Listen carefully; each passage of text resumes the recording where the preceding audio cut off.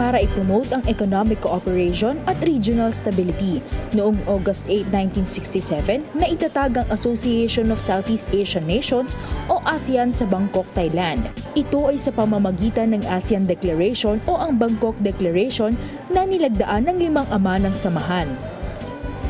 Ang Indonesia, Malaysia, Pilipinas, Singapore at Thailand.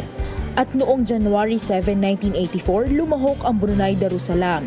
Samantalang ang Vietnam naman ay sumapi noong July 28, 1995. At noong July 23, 1997, umanib din ang 2 pang bansa, ang Lao PDR at ang Myanmar. Samantalang noong April 30, 1999, lumahok sa asosasyon ang ika-10 bansa, ang Cambodia. At nitong ika-8 ng Agosto, ipinagdiwang ng ASEAN ang ika-49 nitong pagkakatatag.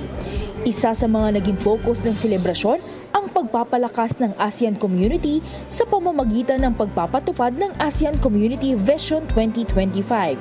Tema sa nasabing okasyon ang Turning Vision into a Reality for a Dynamic ASEAN Community. Hangarin din ang paggunita na ipagdiwang ang achievements at mga positibong pagbabago sa ASEAN sa loob ng 49 na taon. Ganon din ang pagpapalawig ng kaalaman ng publiko patungkol sa ASEAN.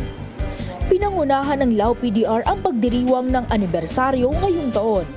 Samantalang sa susunod na taon, 2017, pangungunahan naman ng Pilipinas ang makasaysayang ika-50 anibersaryo ng ASEAN.